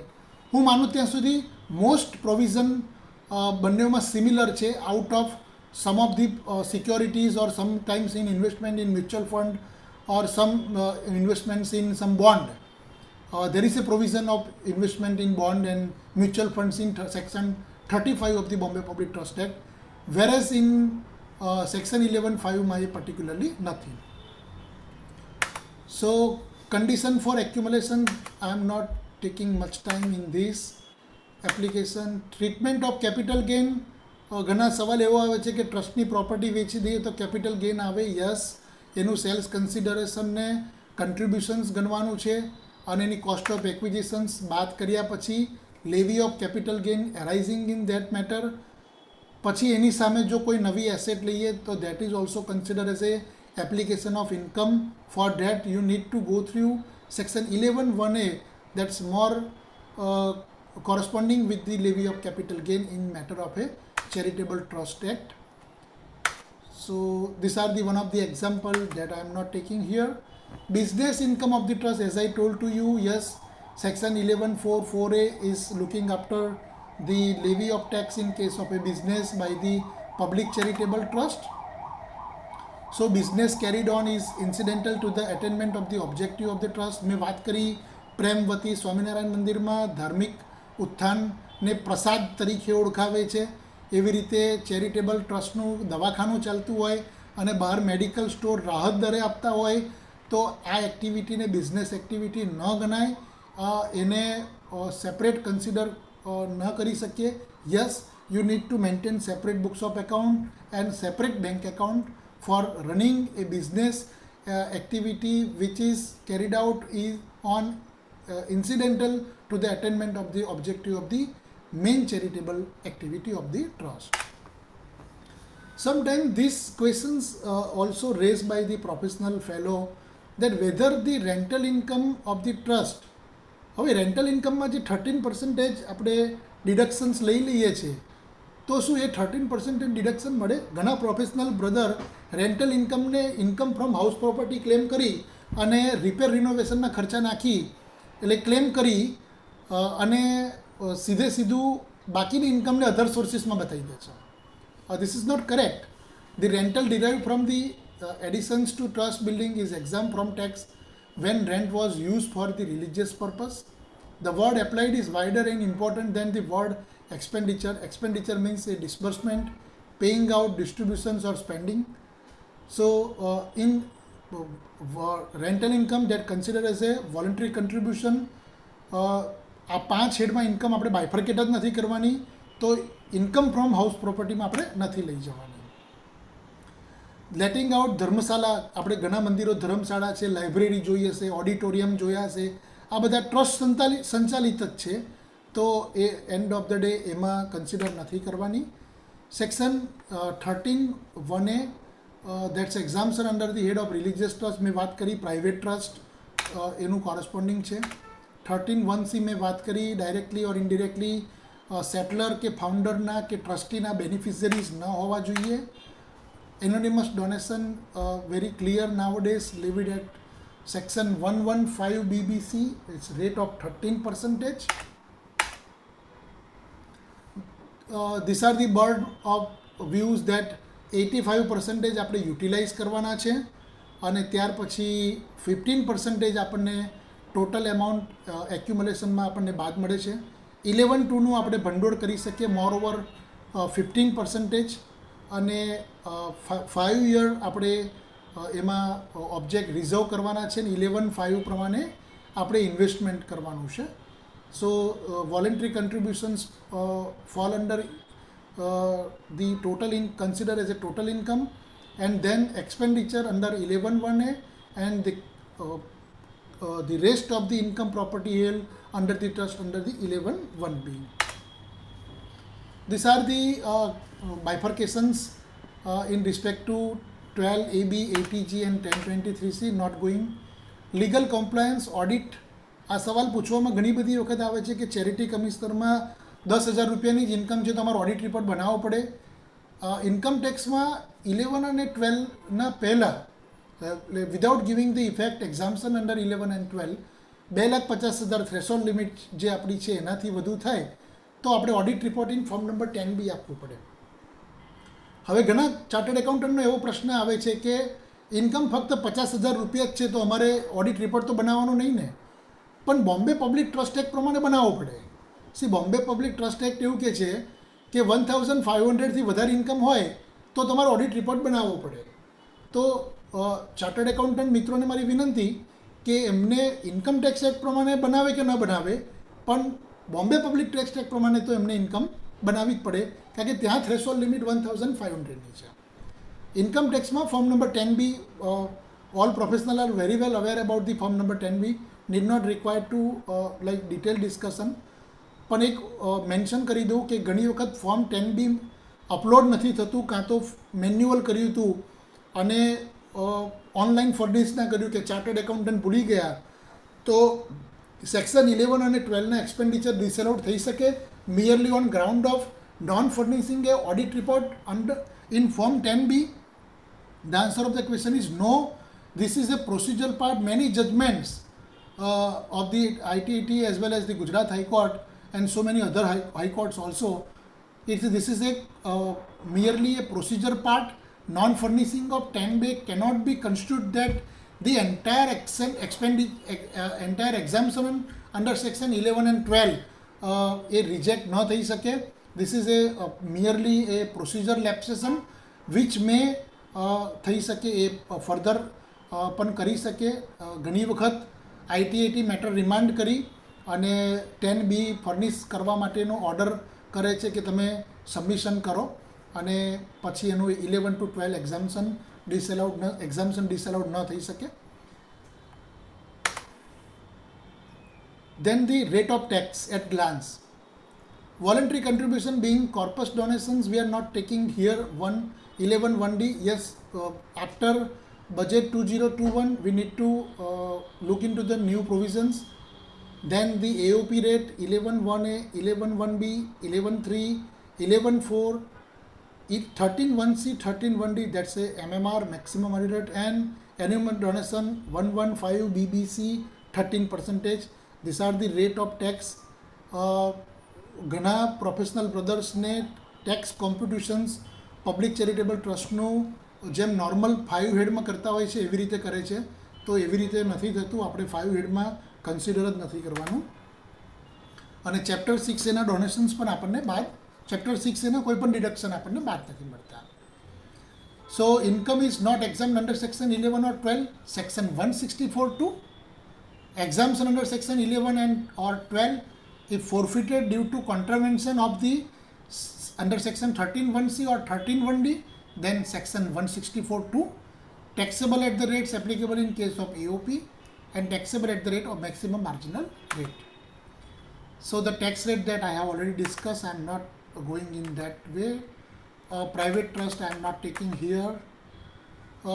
Revalidation of 12AB date extend થઈ છે 31st March 2022. હજુ જો ઘણા નવા ટ્રસ્ટના 12AB જો ન કર્યા હોય અને પ્રીવિયસ લીધેલા હોય 12A કે 12AA, તો ફોર્મ નંબર 10ની પ્રોસિજર છે. પર્ટિક્યુલર ટ્રસ્ટ માટેની આટલી સેક્શન્સ એપ્લિકેબલ છે. Section 12 voluntary contribution, 12A condition for applicability of section 11(12), 12AA, 12AB, 13 and 115 TD. I am not going for the 12AB because I already given my lectures earlier in that respect, and 12AB is one of the registration that I have covered. Then the amendment in CSR, just taking 2 minutes. Recently the Ministry of MCA has issued changes in CSR rule, that's 22nd January 2021, that the rule required to, means all the charity entity required to register under the Ministry of Corporate Affairs MCA in form number CSR1 for undertaking a CSR grants. જો કોઈ charitable ટ્રસ્ટને CSRની grant મેળવવી હોય તો એને મેન્ડેટરીલી MCAમાં register થવું જોઈએ. Professional બ્રધરને request છે કે જો પ્રીવિયસ યરમાં CSR એક્ટિવિટી યુઝ કરી હોય ચેરિટેબલ ટ્રસ્ટોએ તો એમના માટે મેન્ડેટરીલી છે CSR1 MCAની વેબસાઇટ પર. તો આ CSR1માં પ્રોપરલી ફિલઅપ કરવાનું. But after obtaining a 12AB or ATG registrations, કારણ કે બંનેના સર્ટિફિકેટ અપલોડ કરવાના હોય છે, વેરી ઇઝીલી સીન પ્રીફિલ દ્વારા થઈ શકે છે. Address, date of incorporations auto fill up છે, પેન નાખવાનો છે, ઈમેલ નંબર, ઈમેલ આઈડી અહીંયા આપણે વેરીફાઈ કરાવવાનો છે, એટલે ટ્રસ્ટીનો ઈમેલ આઈડી આપણે એમાં નાખવો હિતાવ છે. Copy of certificate of registration અને કોપી ઓફ પાન કાર્ડ આપણે એટેચમેન્ટ કરવાનું છે, અને ડિજિટલ સિગ્નેચર જે મેઇન બેનિફિશરીઝ ટ્રસ્ટનો જે હોય મેઇન ફંક્શનરીઝ કે જેનું રજિસ્ટ્રેશન આઈટી વેબ પોર્ટલમાં authorize to sign under section 140 હોય એ ટ્રસ્ટીની ડિટેલ્સ આપણે અહીંયા નાખવાની છે. એનજીઓ દર્પણમાં પણ રજિસ્ટ્રેશન કરાવવું એડવાઇઝેબલ છે જો આપણે સરકારની કે અર્ધ સરકારી કે પેરેન્ટ એનજીઓની કોઈ ગ્રાન્ટ લેવા માગતા હોય તો. So before date it is a NITI Aayog, ઘણા બધાને ખબર હશે કે નીતિ આયોગમાં એનજીઓનું રજિસ્ટ્રેશન કરવાનું છે. This are the various department registered with the NITI Aayog you mean to say NGO Darpan, કે સીધી ગવર્મેન્ટ ગ્રાન્ટ ડાયરેક્ટ એનજીઓને આપે છે without participating in tender or without inviting a tender. So I am not going much more, this is very easy part. જેને NGO registration કરવાની છે એમને simple એનજીઓનું નામ નાખવાનું છે, ઈમેલ મોબાઈલ નંબર વેરીફાઈડ કરાવવાના છે, એનજીઓનું પાન નંબર વેરીફાઈ કરી અને રજિસ્ટ્રેશન કરાવવાનું છે. Similarly I am not taking also concept of ATG registration here because again revalidation of ATG already given my lecture on the said subject earlier. However, would like to entertain if any queries at present. So I am not taking this. I am taking rest of the 5 minutes in respect to the CSR activity. That I am sharing one slide.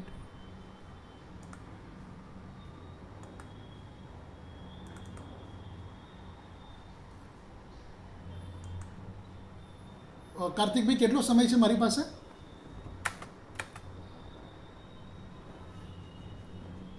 શિવમભાઈ છે આપની પાસે time છે 10-15 minutes you have છે time છે sir अपनी पास time आप complete करो sir. Fine. So certain questions in CSR, however, this is a special subject and need at least one and a half hour for this. પણ હું મારો main part છે ને હું કવર કરી દઉં છું. Which companies qualified for CSR under the companies act 2013.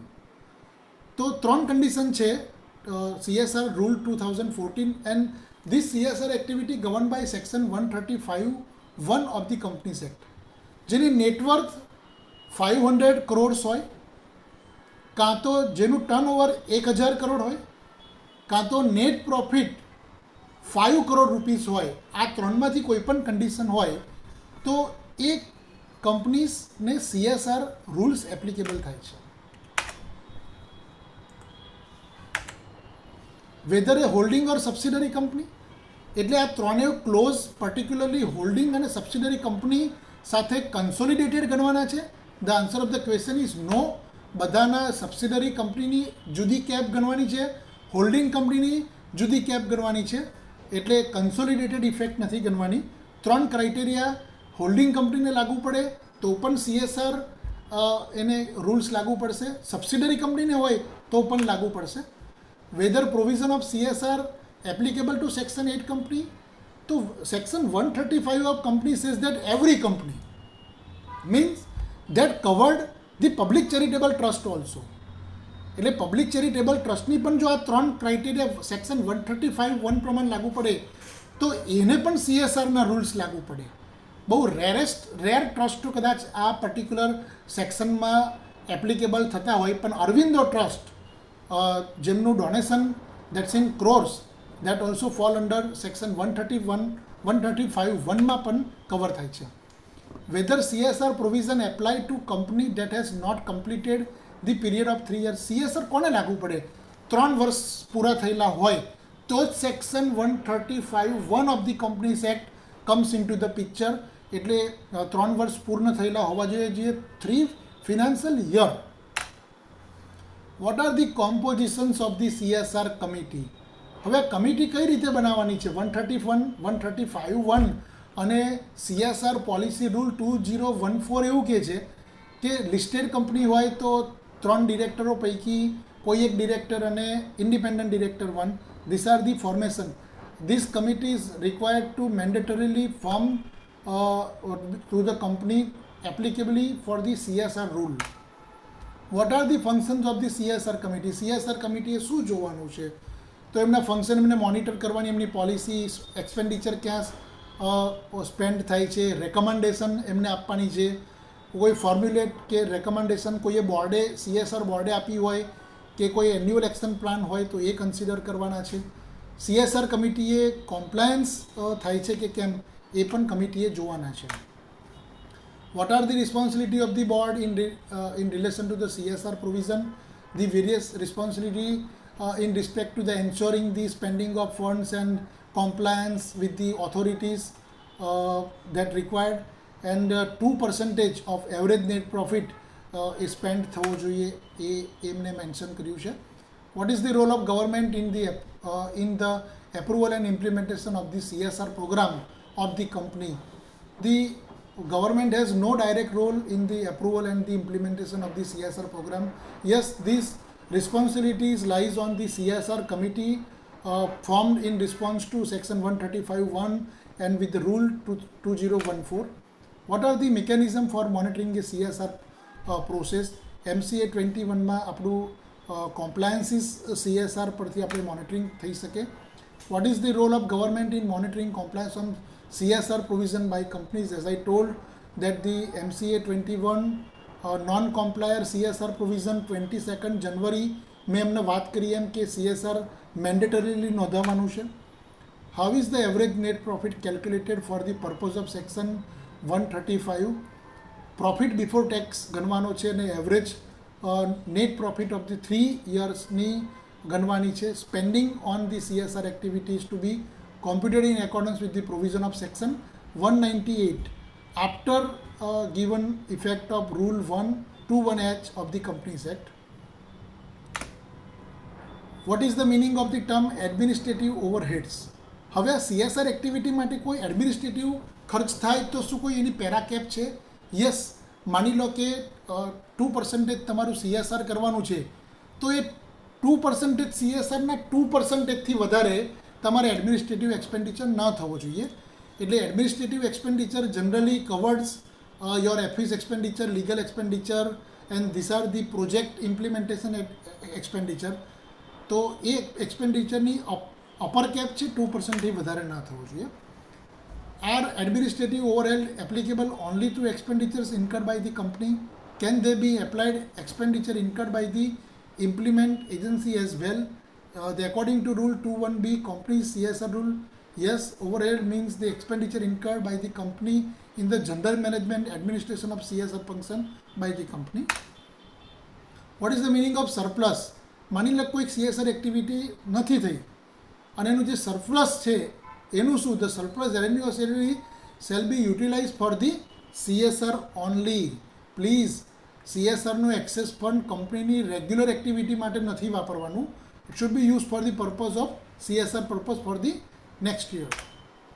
What is the meaning of the surplus arising from CSR activity? How can the surplus be utilized? These are the various CSR expenditure. I think this will take more time, so I'm skip out this entire important provision of the CSR because this covered 53 questions on my some other professional body lecture that I have prepared. But I would love to answer if any queries to my learned all the members.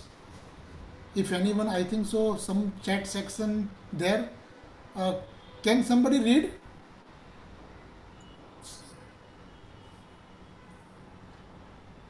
Yes, sir. So, બે question છે. How can corpus fund be utilized in public charitable trust? Corpus ફંડનું utilisation કોઈ specific object માટે કરેલું હોય તો એ જ પ્રમાણે તમે યુટિલાઇઝ કરી શકો. એના સિવાય એ ઓબ્જેક્ટ માટે ન કરાય. સેક્શન 11(1)D એ કોરસ્પોન્ડિંગ સેક્શન છે એના માટે. અને રિટર્ન સ્ટેટમેન્ટ તમારું હોવું જોઈએ કોર્પસમાં. રિટર્ન સ્ટેટમેન્ટ વગર એ કોર્પસ ગણી ન શકાય. Yes, next. Can company make contribution under CSR scheme and allow under section 30 to 37? See, section 30 to 37 is applicable for the business activity. The trust is not going, if the trust is not going to carry out any business activity, then the expenditure under section 30 to 37 does not arise in this case. Yes, the expenditure is likely to be allowable under section 11 to 12 for the attainment of the objective of trust. Okay, sir. There is one more question. I have made application for renewal of 12AA certificate in form 10A on 26 August 21, but till today status shows as form verified. What could be done now? સાહેબ એક દિવસ રાહ દેખો 30મી તારીખ સુધીમાં આવી જશે, કારણ કે જે મહિને એપ્લિકેશન કરો ને ત્યાર પછીના 60 દિવસમાં, એટલે આ એપ્લિકેશન તમારી 15 ઓક્ટોબરે જનરેટ થઈ જશે. તમે જો પ્રોપર કરી હશે, law says that the within 60 days તમને એપ્રુવલ આપવાની, એટલે તમારી જે મંથમાં એપ્લિકેશન કરી હોય ત્યાર પછીના 60 ડેઝ ગણવાના છે. સો your application shows under process, it will likely two approve in month of October. Can NRI person become a trustee in trust, and is there any amendment? And it is necessary to appoint a managing trustee compulsory in trust? First ક્વેશ્ચનનો reply એવો છે કે NRI persons માટે particularly provision એવી છે કે જો એ વ્યક્તિ સતત 6 મહિનાથી ભારત દેશની બહાર રહેતી હોય તો એવી કોઈ પણ વ્યક્તિ ટ્રસ્ટના ટ્રસ્ટી ન બની શકે. અને જો એવો પ્રસંગ તમે અત્યારે ટ્રસ્ટી તરીકે લઈ લીધો તો તમારે ચેરિટી કમિશનરની પરવાનગી લેવી પડે કે દરેક 6 મહિને કે હવે મારા ટ્રસ્ટી 6 મહિના અમેરિકા રહેવાના છે તો તમે એને ટ્રસ્ટી તરીકે એપ્રૂવ કરો. So you need to require a miscellaneous petition before the office of the charity commissioner. Managing trustee appoint કરવો એવું ક્યાંય મેન્ડેટરી નથી, પણ if your trust deed says that the appointment of managing trustee, then it is a mandatorily required to appoint a managing trustee. It depends upon કે તમારા ટ્રસ્ટના close શું છે, પણ બીપીટી એક્ટ એવું નથી કહેતો કે તમારે મેનેજિંગ ટ્રસ્ટી બનાવવા જ પડે. Okay. Bakul Shah has written some question, but sir, please write it again. Okay, in case of PTR, how to enter dissolution clause? PTR તો પર્ટિક્યુલર એમાં કોઈ dissolution clause, PTR public trust record register છે, એમાં 28 column હોય છે. એમાં ડિઝોલ્યુશન ક્લોઝનું કોઈ પણ કોલમ 28 કોલમમાં એક પણ કોલમ નથી, એટલે પીટીઆર અને ડિઝોલ્યુશન ક્લોઝને ડાયરેક્ટ નેક્સસ નથી. Okay, sir. One more question, one last question. I have applied for the 12AA and I got the certificate in email ID, and by mistake I have deleted that email. So what is the procedure to get another? 3 દિવસ પહેલાં એક facility ચાલુ થઈ છે, તમે download કરી શકો છો. લોગિન કરો, તમે તમારું સર્ટિફિકેટ તમે ત્યાંથી વેબ પોર્ટલ પરથી ડાઉનલોડ કરી શકો છો. એમાં ચિંતા કરવાનું કોઈ કારણ નથી. Okay, thank you. Now no more question. Thank you, sir. You have given a brief discussions about trust, and you have covered many small points which are more important. So now I request Mr. Shivam to give certificate of appreciation. First of all, thank you for giving me such opportunity, Mr. Karthike B. Shah and Mridang Vakil. Thank you once again that for offering me and expressing my view on the Public Charitable Trust.